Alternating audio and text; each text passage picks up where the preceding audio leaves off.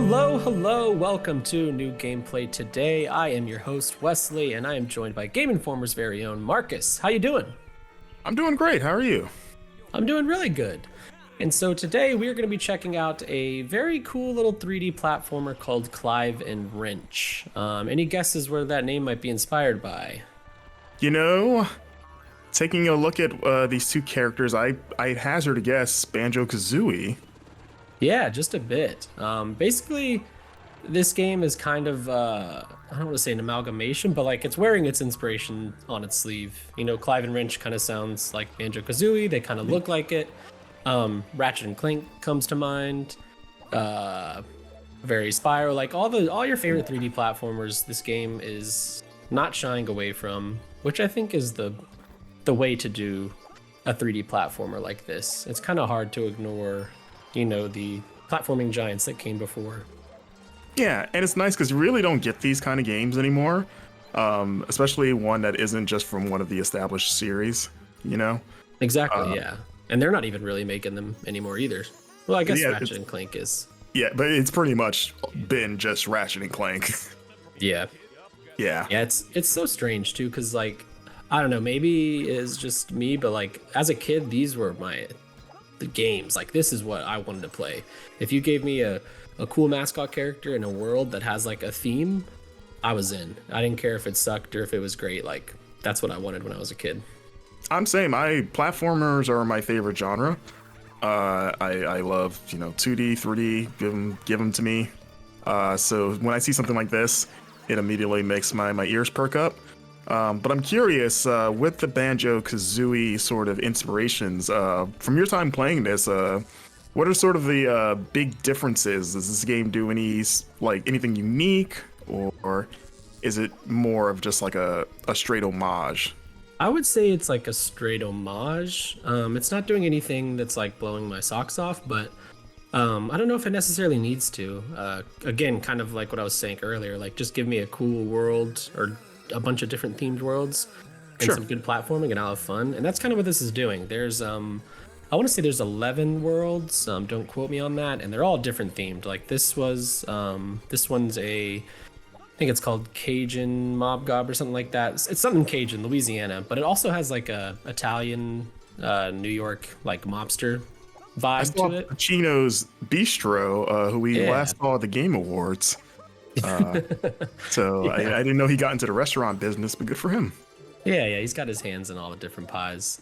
Other levels I did was like I did a Victorian-esque level, and it was like a Jack the Ripper kind of thing. There was a Honey, I Shrunk the Chimp, which is reference to the chimp on Clive's back, and that was just kind of like you're in a house but you're small.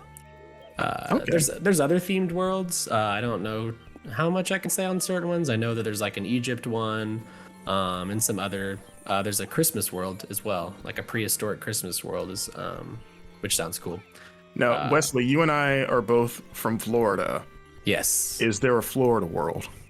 No, but you know what? It's a shame because more games need to have a Florida world.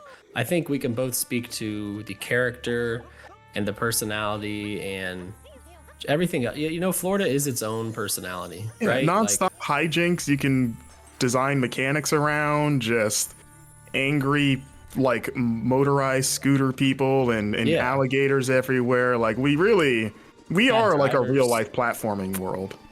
I would agree. Yeah, I saw some bad drivers in this clip. There were some cars just speeding down just with reckless abandon. Yeah, it's weird. Every level the ones I've played so far have like a just random vehicle that like speeds through and will just knock you right on your butt. Oh, what happened there? So yeah, there's like little I'm blanking on the games that do this, but to find these coins, each of these coins has like a little name, like are you sure we're the good guys? And it's like I don't want to say puzzle, but you need to solve a small little objective to get that coin, and there's 10 at each level. And so that one was, we hit a button and it blew up a wall to get to a bank vault. So I guess more homage to like the mobster stuff of this level. Okay. But yeah, that's kind of, so every level is these, you have these like pocket watches in the top left. Those are like your standard collectible, like your coin. You don't have to find them all, but you know, that's kind of the point of these games, is to do that. and then you've got your 10 coins, which we have collected 6 so far. You do have to collect a certain amount. That's how you fight the bosses of each level, is by earning a certain amount of these coins. And then you have the keys, which there are 5 in each level so far, and it unlocks a safe, and inside the safe is another one of the coins. Okay. And that's kind of what every level's been so far. I don't want to say it's like lacking uniqueness, but it kind of is just like pretty standard 3D platformer. How does it feel? Just like jumping and moving? Does it feel pretty good to jump around?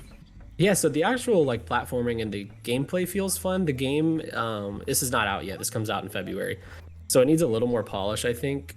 But the actual mechanics are pretty good. You can kind of see that I'm like really moving around these levels. Yeah. You've got a Mario-esque move where you can hold RB on Xbox, and he like crouches down and then does like a extra high jump.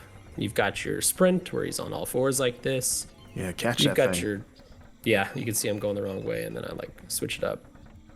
And then yeah, you've got your like Kazooie spin your character to helicopter kind of thing. Double jump, you can sprint and jump, you can, yeah, it's platforming is the name of the game here, and I think all of it feels pretty good so far. I'm hoping the final version has fixed a little bit of the technical hiccups, and if it does, I think it's going to be a good time, which I'm excited for. This sounds like a good sort of like comfort food game of like, Exactly. It doesn't really need to do anything super mind-blowing, but since we don't really get these kind of games often anymore and you're just got an itch to scratch, it's like, yeah, I'm just gonna fire up some Clive N Wrench and hang out with it's a rabbit and a monkey, am I correct? Yeah. Oh, okay, rabbit and monkey friend, which I was gonna say, like, is that a weird combination, but then stopped myself of like, is it any weirder than a bear and like a like a bird thing. Yeah, so why Yeah. not? Or It's, what was ukulele? A bat and a lizard? Yeah, and speaking of that, or maybe not, there's a character called Trousers in this level, which I don't think we're going to see on screen here.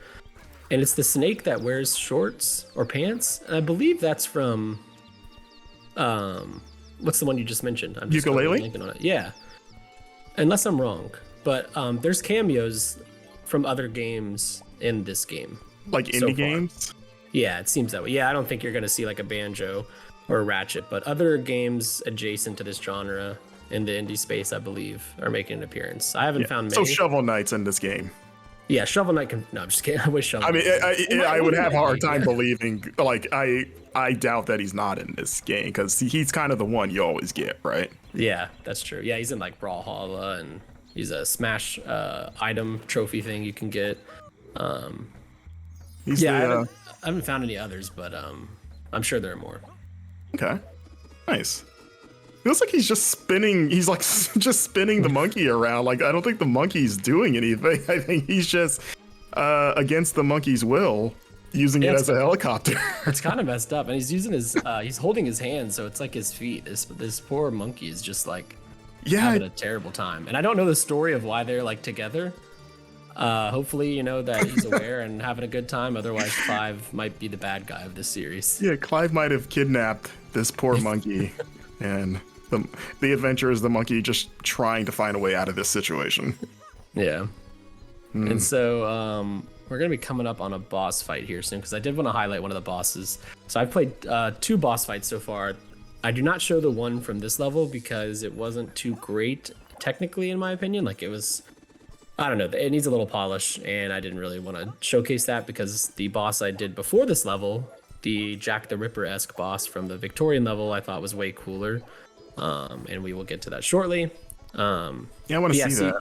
Yeah, you can kind of see here that every level, at least the ones I've done so far, has multiple spaces. So we were in the little Italian-esque New York village type area, and now we're in like the Cajun swamp. Karma Llama?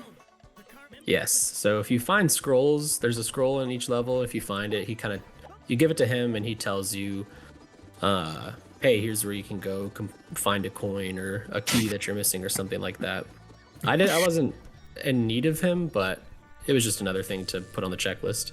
Right. I'm sorry, I can't stop chuckling at that helicopter animation. Like, he really is just violently he's spinning that monkey around. Oh, Clive, what are What are you doing, buddy? He is Clive. Yeah. Clive is the rabbit, right? I believe so. Yeah, Clive. I Is assume the because rabbit. he gets top billing in the title. Usually, it's the bigger character that gets. Look at that. But I mean, as we're seeing here, Wrench maybe deserves the top billing. He's doing all the work. Look at that. Poor guy. He's just tolerating all of this, I guess. Yeah. Yeah, we need the store here.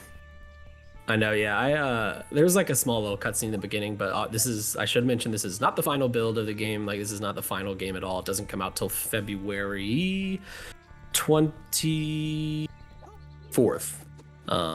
Yeah, it comes out February 24th on PS5, PS4, Switch, and PC via Steam and GOG. There's also some pretty cool physical releases coming out as well. Numbskull Games is publishing it, the developers Dinosaur Bites. But yeah, they have like a whole collector's edition, again, kind of like an homage to the collector's editions of the past. So yeah, if you're like interested in collecting this game, or you definitely want to check it out, yeah, go show that physical edition some love, because it looks really cool. Nice. Yeah, and so we're gonna travel into our time traveling or realm shifting refrigerator to check out a boss, Drew the Ripper. Drew with two. Oh, there he is. So Yeah, kind of like your classic boss design. Reminds me of Crash Bandicoot a lot, the way that their designs. Maybe Dash Dingo as well. Yeah. Classic. So you gotta watch out for those onions. You really gotta watch out for those onions, because they'll knock you right over. And then all of a sudden you've got I think he's like a tiger or something. I was gonna ask, like, is he like a lion, I think? Yeah. I don't know what the lion population is in England. Maybe it was more of a problem during the Victorian era, but this definitely looked like a Crash Bandicoot style fight. Like, I've definitely seen this before. I actually really liked this boss fight, and I'm showing you like my final attempt at it. It took me a try or two to understand what I was supposed to be doing, which is letting his scissors cut the ropes, which after you cut all of them, it knocks an anchor onto his head. Okay. Very cool, very unique. Bosses, I think, are one of the highlights of these kind of games, because they're kind of like your set pieces. Right. Kind of like fun ways to mix up your platforming skills of, like, this is like you don't even have to hit him directly. You're just sort of like maneuvering and using his weapon against him. Yeah, and so he's got scissors spinning around, and you got to jump up above those while also trying to get him to aim at the ropes and eventually knock him out. Now pay attention here. So you beat the boss, and the cutscene that happens afterward had me laughing out loud because it was so absurd. Oh, you won. Yes. Yeah. Another technical thing. It was weird. Just kind of goes to loading screen, and then the boss fight's over because I beat him. But this cutscene, it's so funny. What's he? Okay. Oh, okay. He's chopping wood for some reason. Oh, he's okay. This is like the house building scene in Red Dead Redemption 2. Complete with the penguins. What? Wait, why did he did all that to make a ramp? Right. It had me cracking up. I was like, wait, what is this monkey doing? Why did he do all this? There wasn't just some planks laying around the docks. He had to do all it just... Yeah. Okay. Very strange. But yeah, that's going to wrap up our time with Clive N Wrench. Again, it hits PlayStation platforms, Switch, and PC on February... why am I blanking again? February 24th. So if you're interested, be sure to check it out. I might be doing some more coverage of it because I'm pretty interested in the final release. Marcus, thank you for joining us today. Yeah, thank you for having me. Bye, everyone.